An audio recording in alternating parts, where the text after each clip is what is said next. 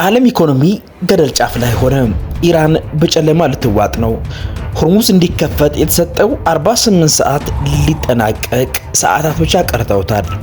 ሰላም ውድ የቀና ቲዩብ ቤተሰቦች እስከ መጨረሻው ቆዩና እነዚህን መረጃዎች ትሰማላችሁ። ቪዲዮውን ላይክ እና ሰብስክራይብ በማድረግ እንድትጀምሩ ፍቅር በተሞላ አክብሮት ጠይቀናችኋል።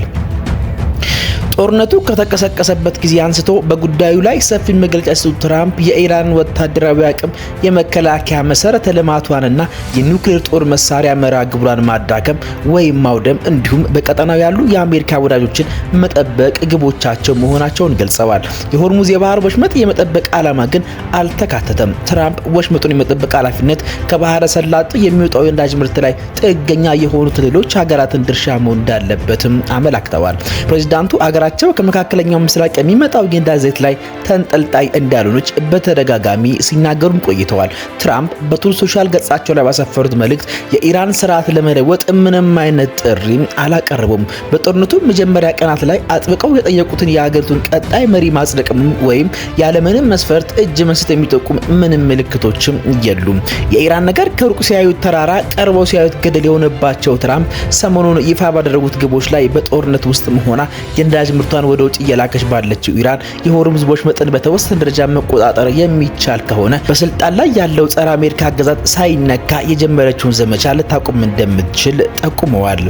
የእስላማዊት ሪፐብሊክ አስተዳደር ከስልጣን ለማውረድ በተደጋጋሚ ሲናገሩ የነበሩት ወደ መካከለኛው ምስራቅ እየተጓዙ ያሉትን የአሜሪካ እግረኛ ጦር ኃይሎች የሚጨምር አማራጭ መንገድ ይኖራል ብለው ለሚያስቡት የሚዋጥ ግን አይመስልም። ከአንድ ሳምንት በፊት አሜሪካ መገናኛ ብዙሃን እንደዘገቡት ወደ 2500 የሚጠጉ የባህር ኃይል አባላት እንዲሁም ድጋፍ ሰጪ መርከቦችና አውሮፕላኖች የያዘ ስብስብ ከጃፓን ወደ መካከለኛው ምስራቅ ተልኳል። ተመሳሳይ ቁጥር ያለው ሌላ የባህር ኃይል በቅርቡ በካሊፎርኒያ የሚገኘውን ጦር ሰፈሩን ለቆም ተንቀሳቅሷል። ወታደራዊ ተንታኞች እንደሚሉት አሜሪካ ኢራን ወደ ውጭ የምትልከው ነዳጅ ምርት የምታስተላልፍበትን 3 ካሬ ኪሎ ሜትር ስፋት ያላትን የካርጊል ደሴትን ለመያዝ አቅዳ ሊሆን ይችላል።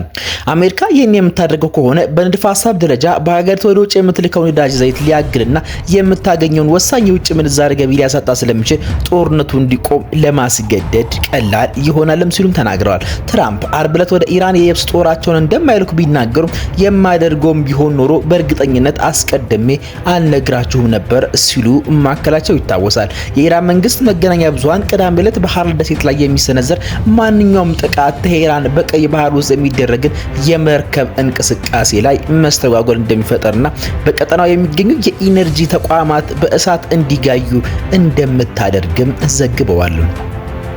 ኢራን የሰጠችው ማስጠንቀቂያ የአሜሪካን ወታደራዊ ኃይሎች ለቴህራን አጸፋ ምርጫ የበለጠ ተጋላጭ የሚያደርጋቸው መሆኑንም አመላክቷል። በዚህ ሳምንት መጀመሪያ ላይ የአሜሪካ ሚዲያዎች እንደዘገቡት የትራምፕ አስተዳደር ለኢራን ወታደራዊ ዘመቻ $200 ቢሊዮን የአስቸኳይ ጊዜ የገንዘብ ድጋፍ ለኮንግረስ ለመጠየቅ እየተዘጋጀ መሆኑም ታውቋል። እንዲህ አይነቱ ጥያቄ ዋይት ሀውስ ለረጅምና ከባድ ውጊያ እየተሰናዳ መሆኑንም ያሳያል። ኮንግረሱ እንዲሁም የሪፐብሊካን አባላት ለዚህ ጥያቄ የሰጡት የመጀመሪያ ምላሽ ጥንቃቄ የታከለበት ነበረ። እየተወያየን ያለነው እግረኛ ጦር ስለማሰማራት ነው። ስለዚህ አይነት የተራዘመ እንቅስቃሴ ነው የምንነጋገረው ሲሉ ቺፕ ሮይ ገልጸዋል። እንዴት እንደምንከፍልና ተልኳችን ምን እንደሆነ የሚያብራሩ ተጨማሪ መግለጫ ሊሰጡን ይገባል ሲሉም ተናግረዋል። የጦርነት ድባብ የሚባለው ነገር የወታደራዊ ዕቅድ አውጪዎች አስተሳሰብ ብቻ ሳይሆን የፖለቲከኞችና የህዝቡን አመለካከትም ይነካል ሲሉም ተናግረዋል። የኢራን ጦር ማዕከሉ ላይ ያለ ቢመስልም ነገር ግን አሁን ካለበት ወደ የትኛው አቅጣጫ እንደሚያመራ ግን እንቆቅልሽ ሆኗል። በተያያዘ በመካከለኛው ምስራቅ ከተቀሰቀሰው ጦርነት አራተኛ ሳምንቱን ሲይዝ የትራምፕ አስተዳደር የሰጠው የ48 ሰዓታት ጊዜ ገደብ ማብቂያ እየተቃረበ ባለበት በአሁኑ ወቅት ኢራን የአሜሪካን የትሬጀሪ ቦንድ የግዙትን ኢላማ እንደምታደርግ በማስጠንቀቅ ዛቻዋን አስፍታለች። የኢራን ምክር ቤት አፈ ጉባኤ መሐመድ ባገር ጋሊባፍ የማህበራዊ ሚዲያ ገጻቸው ባሰፈሩት መልእክት የአሜሪካን መንግስት ቦንድ የያዙ ሀገራት ጋር ግንኙነት ያላቸው የፋይናንስ ተቋማት ልክ እንደ ወታደራዊ የጦር ሰፈሮች ኢላማ ይደረጋሉ ብለዋል። አፈ ጉባኤው አክለውም የአሜሪካ የትሬጀሪ ቦንዶች በኢራናውያን ደም የተነከሩ መሆናቸውን ጠቅሰው እነዚህን መግዛት ማለት በዋና መስሪያ ቤቶችና በንብረቶች ላይ ጥቃት እንዲሰነዘር መጋበዝ ማለት ነው ሲሉ አስጠንቅቀዋል። የአሜሪካ ወታደራዊ በጀት የሚደግፉ የፋይናንስ ተቋማት ህጋዊ ጥቃት ኢላማዎች መሆናቸውንም አያይዘው ገልጸዋል። ይህ ከባድ ማስጠንቀቂያ ቃላት የተሰጠው የአሜሪካ ፕሬዝዳንት ዶናልድ ትራምፕ ለዓለም አቀፍ የነዳጅ ንግድ ቁልፍ የሆነው የሆርሙዝ ባህረ ሰላጤ እንዲከፈት አለበለዚያ ግን የኢራን የኃይል ማመንጫዎች ላይ ጥቃት እንደሚሰነዘር ቅዳሜ ዕለት የ48 ሰዓታት የጊዜ ገደብ መስጠታቸውን ተከትሎ ነው። የዚህ ማስጠንቀቂያ ጊዜ ገደብ ሰኞ ምሽት በዋሽንግተን ሰዓት አቆጣጠር ያበቃል። የእስራኤል ጠቅላይ ሚኒስትር ቤንያሚን ኔታንያሁ የአሜሪካን እርምጃ እንደሚደግፉ ቃል በመግባት የሚወሰደውን እርምጃ በጋራና በከፍተኛ መተማመን ላይ የተመሰረተ እንደሚሆንም አረጋግጠዋል። ትላንት እሁድ በደቡባዊቷ አራድ ከተማ በኢራን ሚሳኤል ያረፈበት ስፍራ በጎበኙበት ወቅት ኔታንያሁ የአውሮፓ ሀገራትን ጨምሮ በዓለም መሪዎች ጦርነቱን እንዲቀላቀሉ ጥሪ አቅርበዋል። ኢራን እስከ አውሮፓ ዘልቆ የመግባት አቅም እንዳላትና ሁሉንም ሀገር በኢላማ ውስጥ እያስገባች መሆኗንም አስጠንቅቀዋል። በሌላ በኩል ኢራን አሜሪካ ማስጠንቀቂያ ውድቅ በማድረግ ለአሜሪካ ዛቻዋን ተግባራዊ የምታደርግ ከሆነ የውሃ መስመሩ ሙሉ በሙሉ እንደምትዘጋና በገልፍ ሀገራት የሚገኙ የኢነርጂ መሰረተ ልማቶችና የውሃ ማጣሪያ ተቋማትን እንደምታጠቃም እንዝታለች።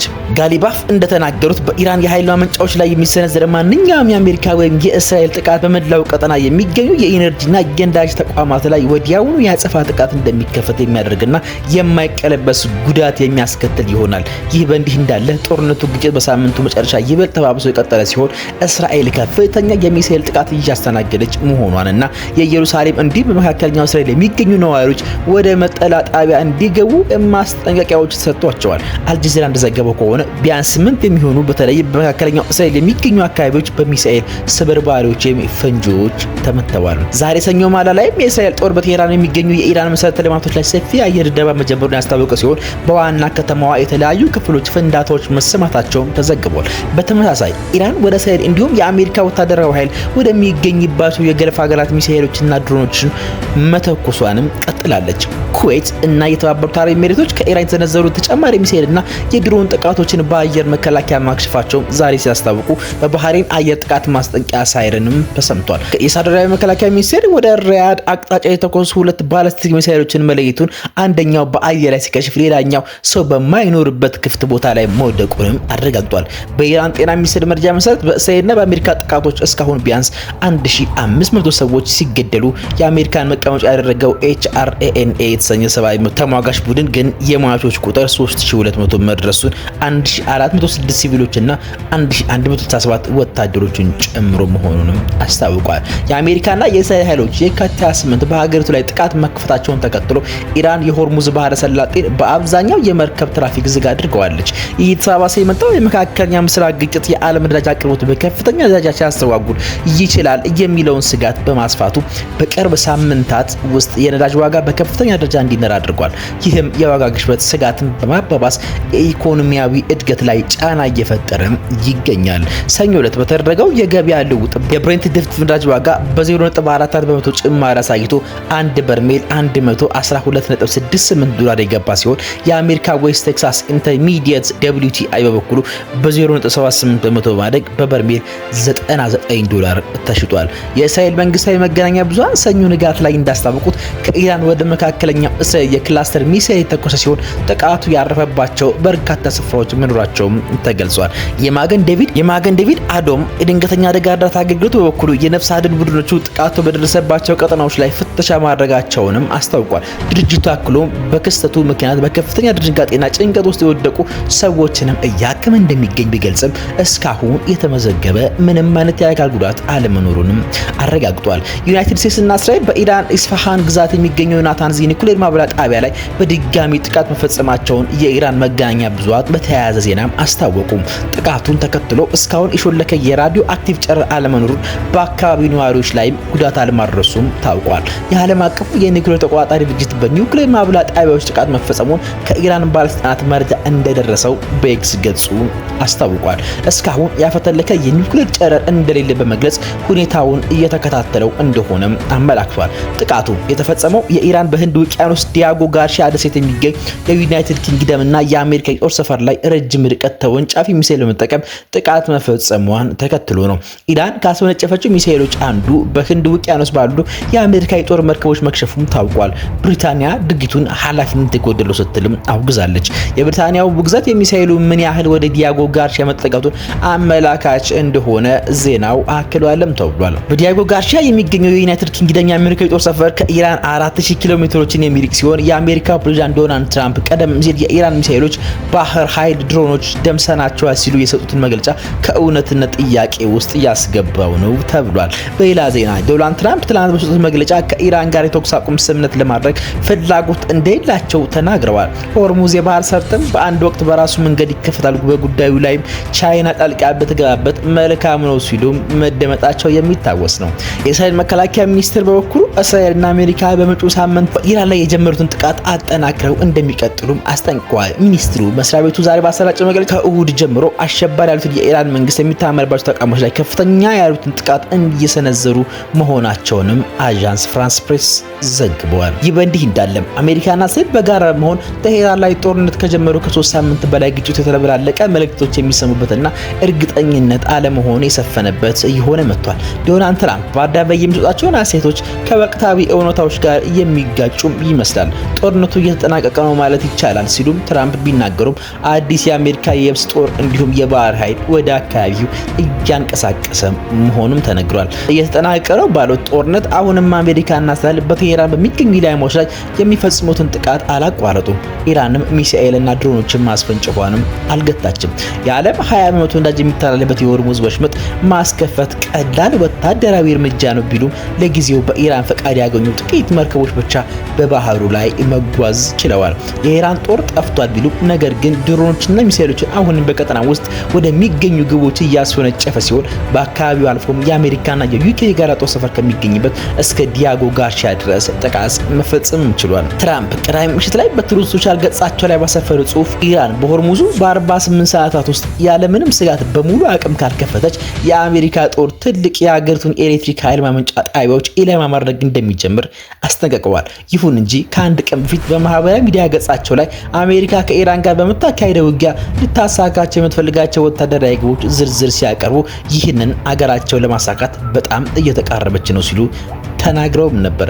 የዚህ የጦር አዙሪት ዳፋ ታዲያ የዓለም አቀፉ የኤነርጂ ኤጀንሲን ዋና ዳይሬክተር ፋቲህ ሮቤል አሁን የተፈጠረው የኤነርጂ ቀውስ የዓለምን ኢኮኖሚ ከፍተኛ አደጋ ላይ እንዳጋለጠው አያይዘውም ጠቅሰዋል። በአውስትራሊያ ካንቤራ በሚገኘው ብሔራዊ የፕሬስ ክለብ ተገኝተው ንግግር ያደረጉት ዳይሬክተሩ አሁን ያለው የኃይል አቅርቦት ቀውስ በ1970ዎቹ ከነበረው ታሪካዊ ቀውስና እንደ አውሮፓውያን አቆጣጠር በ2022 ሩሲያ ዩክሬንን ከወረረችበት ጊዜ ጋር አነጻጽረውታል። የችግሩን ጥልቀት ሲያብራሩ እንደ ነገሮች ጉዞ ከሆነ አሁን ያለው ቀውስ የሁለት ነዳጅ ቀውሶችና የአንድ የጋዝ ገበያ ውድቀት ድምር ውጤት ነው በማለትም አስረድተዋል። የዓለም ኢኮኖሚ ትልቅ ስጋት እንደተጋረጠበት የገለጹት ቢሮውን ይህ ጉዳይ በአፋጣኝ መፍትሄ እንደሚያገኝ ያላቸውን ተስፋም አልሸሸጉም። ይሁን እንጂ ቀውሱ በዚህ አቅጣጫ ከቀጠለ የትኛውም ሀገር ከጉዳቱ ማምለጥ እንደማይችል አሳስበው ችግሩን ለመፍታት የጋራ ዓለም አቀፋዊ ርብርብ እንደሚያስፈልግ አበክረው ተናግረዋል። ዳይሬክተሩ አክለው በመካከለኛው ምስራቅ ባለው ግጭት ምክንያት በቀጠናው የሚገኙ ቢያንስ 40 የኢነርጂ መሰረተ ልማቶች ላይ ከባድ ወይም እጅግ ከባድ የሆነ ጉዳት መድረሱንም አረጋግጠዋል። ይህን የዋጋ ንረት ለማርገብ ኤጀንሲው ተጨማሪ የተከማቸ ነዳጅ ወደ ገበያ ለማስገባት በኤሲያና በአውሮፓ የሚገኙ መንግስታት ጋር እየመከረ ይገኛል። አስፈላጊ ሆኖ ከተገኘ ገበያውን በመተንተንና ሁኔታዎችን በመገምገም ከአባል ሀገራቱ ጋር ተወያይተን ተጨማሪ ክምችትም እናወጣለን ሲሉ ቢሮው አረጋግጧል።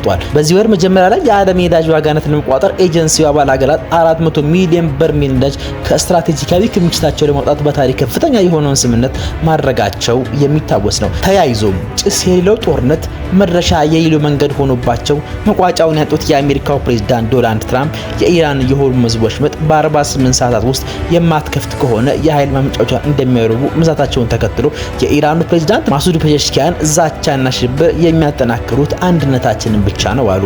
ፕሬዝዳንት ትራምፕ በኢራን የተዘጋውን ወሳኙ የባህር መተላለፊያ እንዲከፈት የሰጡት ማስጠንቀቂያ ከ24 ሰዓታት ያነሰ ጊዜ ቢቀረውም ከቴሄራን በኩል መለሳለስ አልታየም። የኢራን ፓርላማ አፈ ጉባኤ መሐመድ ባጋር ጋሊባፍ በአገሪቱ የኃይል ማመንጫዎች ጥቃት የሚፈጽሙ ከሆነ በቀጠናው የሚገኙ ወሳኝ መሰረተ ልማቶች፣ የኢነርጂና የነዳጅ ዘይቶች ተቋማት እንደ ህጋዊ ኢላማዎች ይቆጠራሉ ብለዋል። ፔዜሽኪያንም በኤክስ ገጻቸው ባሰፈሩ ጽሑፍ የሆርሙዝ ወሽመጥ መሬታችንን ከሚደፍሩ በስተቀር ለሁሉም ክፍት ነው ብለዋል። የአሜሪካ ዛቻ ኢራንን ከካርታ ላይ የማጥፋት ቅዠት ሲሉ የጠሩት ፕሬዝዳንቱ ይህ ማስፈራሪያ ታሪክ ሰሪ ከሆነው ህዝብ ፍቃድ ተቃራኒ የሆነ ተስፋ መቁረጥን ያሳያል ብለዋል። ፔዜሽኪያን አክለው የማይረቡ ዛቻዎች ጦር ሜዳ ላይ በጽናት እንመክታለን በማለትም ጽፈዋል። እኛም ብለናል የማይነጥፍ ሰላም ለሰው ዘሮች ሁሉ ይሆን ዘንድ ከውስጥ የሆነ ምኞታችን ነው። ሰላም